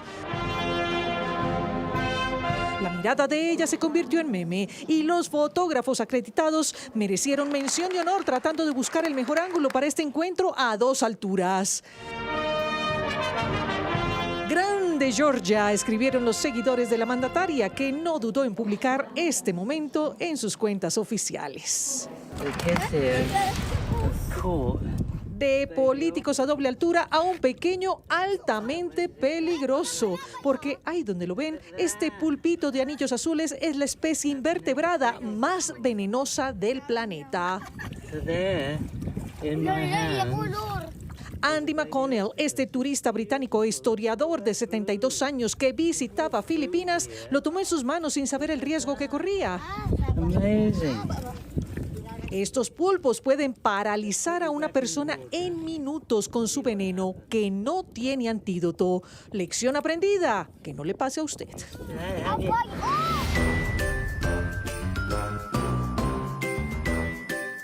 Y hoy, con el inicio de las novenas, también empieza la cuenta regresiva para la Navidad. ¿Y quién es mejor que nuestros bomberos australianos para recordarnos el calor de estas festividades? Con un éxito inobjetable en ventas con su calendario anual, estos superhéroes ya se dan un descanso junto a los más adorables compañeros de aventura. En llamas están las redes sociales con cada video que publican y que dejan millones de corazones sofocados ante tanta dulzura. ¡Feliz Navidad para estos hombres! Mezcla de fibra, valor, vocación y, como no, una bella personalidad. Que no se diga que no encendemos el espíritu navideño en el vecindario. Ahí les dejo, mis queridas Ana, Mile y Aleja, ese bonito cierre de noticiero de la familia Caracol. Nos vemos pronto. Calurosa tarde para todos. Y arrancas tú. ¿Qué le dijéramos a Claudia Leonor? Pues lo que hay para decirle es que las novenas no comenzaron ayer, pero con esas imágenes no entendemos que se haya confundido. Ni que pulpito envenenado, ni que nada. Venenoso. 3 de la tarde, 29 minutos. Gracias por su sintonía. Hasta aquí estas noticias. A las 7 de la noche los esperamos en una nueva edición informativa. Pueden seguir los hechos del día conectándose con Luis Apolo.